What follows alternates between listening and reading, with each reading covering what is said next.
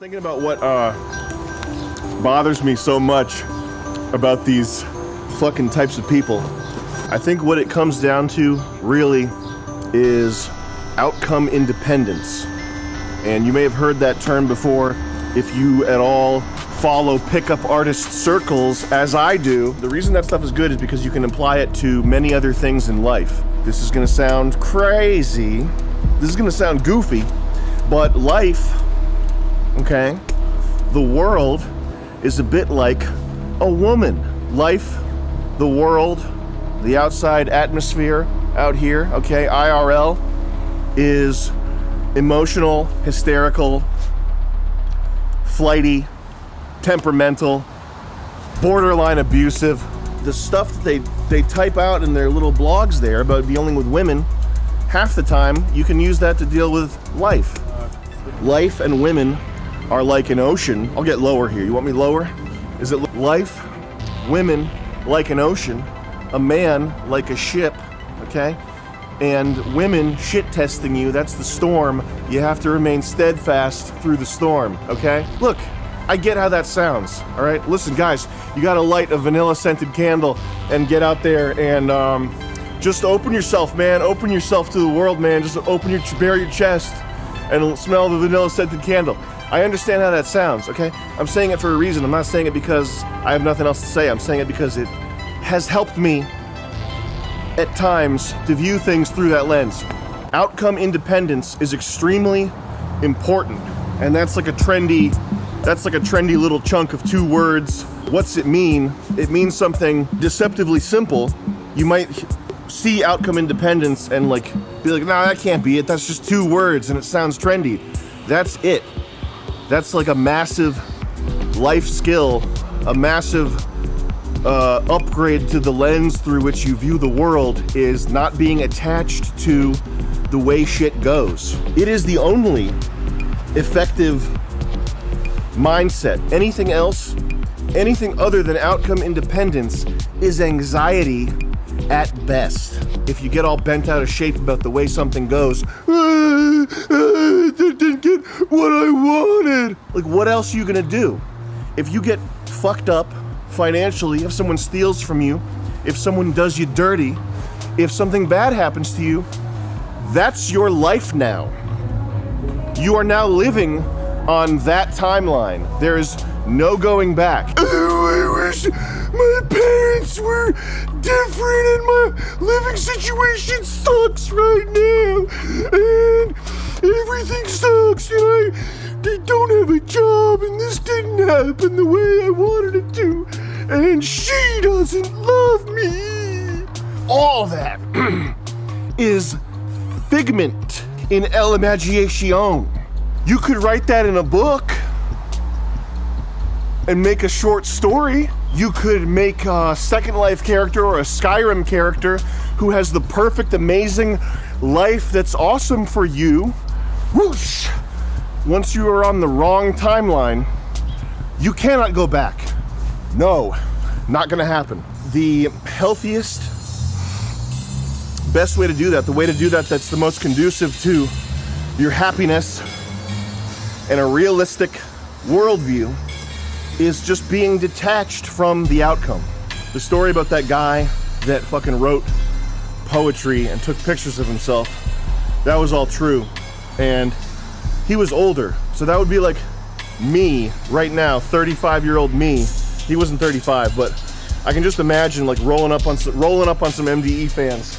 Hey man, I think you're everything to me. Hey man, I just wanted to say that like you're like the brightest star that I've ever witnessed, and you like affirm within me like my reason for living, and like you have this vivacity to you that's just beautiful, man. And I don't mean that like in a gay way, and he absolutely did mean that in a gay way. And this is not like a one-off story. This is not a rare occurrence. There are people like this often, especially in the crowd of cerebral, precocious, I was a gifted child men, which you probably are, and you probably are friends with all these people.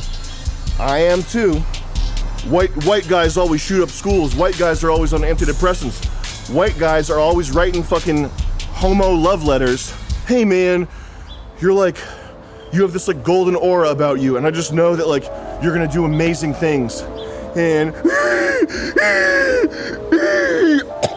one very useful way of thinking about anything is to gamify it. Imagine you are playing a role-playing game as yourself. Okay, it's called reality. Not being detached from outcomes, being dependent on good things happening, being dependent on getting the girl, she's the one, we were meant to be together. That's the fucked up thing. It's not just that you want something. I want something. I want everything. I want hot hoe orgies. I want BMW S1000 RR, which I'm getting. I want MV Agusta F4, which I'm gonna get. I guess I shouldn't talk about myself because I basically get everything I want. Oh, geez, that's tough. Yeah, my life sucks. There's stuff that I am not able to get that I want.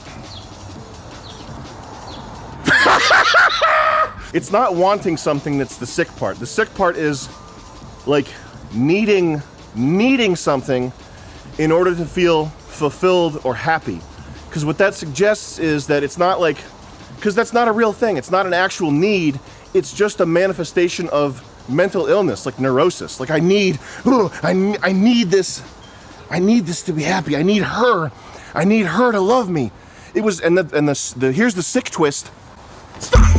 Here's the sick chicken nugget McFlip twist is she and I were meant to be together. You're saying that about some hoe. Lauren? No! We don't have equity, man. These corporations are what's keeping me down. No, man. What's keeping you down is you're lazy, you have no skills. I wouldn't pay you $1 to do anything because you would fuck it up and do so much damage. I would pay $1,000 to keep you away from me. Man, if this corporate fuckers, man, if they would just vanish, I would be like recognized as a god. People who have that mindset tend to sway more often than most to like doing music and shit. Like something that's absolutely not like farming or working in a machine shop, like some Soviet, we put 1,000 rivets in this boat, comrade, and the commissar, he did not give us the cheese. Like, no, that's not even, you're not even that. You're like, I downloaded like a new drum kit today. Where's my check? So it sucked losing TV show. But if I had that mindset of being hardcore attached to outcomes, which I used to have, if I had held on to that, if I had held on to like the promise of being a gifted child, like your IQ's been tested, you're going places. Like that's absolute poison. If I had held on to that and like been as entitled as I was when I was 22 for the rest of my 20s and my 30s, I would be like downloading torrents of TV shows right now and organizing them. I'd be one of those dudes. So the Beach Creeps Hydewars is like, it's not just about being creepy, it's about like holding on, like trying to build a life vest out of like imaginary straws. Know what I mean? You'll become a weepy guy. You'll be one of these guys that drinks. Don't drink. Like, and anytime I say something critical, it's because I've been there, all right? And in my early 20s, very entitled, very attached to getting Lauren, who was riding Scott from the band like a Thai prostitute while she laid on her back for me, breathing heavy. Thanks, Lauren. Very attached to getting some kind of job doing motion graphics, or eventually one day having a TV show. One day I'm gonna be this one day, and it's gonna be golden. It's gonna be golden time. I need this to complete myself. So I was like that. The big problem with being outcome dependent, being a weepy, poetic fag, thinking that for some reason your haiku about the minutia of your dumbass life while you work at Target is ever gonna amount to anything. The problem with that is the downtime Dun dun dun, okay? I harp on about this often, how time is actual gold, okay? When you're a grown-up, when you're an adult, you're 27 right now, you're living with your parents, you're not an adult. When you are an adult and you're grown up, you want to be rich, like the Monopoly man, and you want to have a yacht. The real Monopoly man, the real life Monopoly man, the thing that Bill Gates, CEOs around the world, millionaires and billionaires around the world, the thing that they value, the gold to them, if they have any brains, is time. Time is gold. And the longer you sit on your ass or lay in bed thinking about her, you're watching that river just,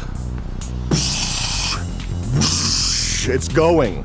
It's going without you, and it's gone forever, and you cannot get it back. Thinking about all the different things that could have been, or how things should be, or, oh, it's wonderful. This tree is growing even though gravity's trying to keep it down. All that shit, all the shit that I talked about in this episode, the big problem with it is that it's just burning through time.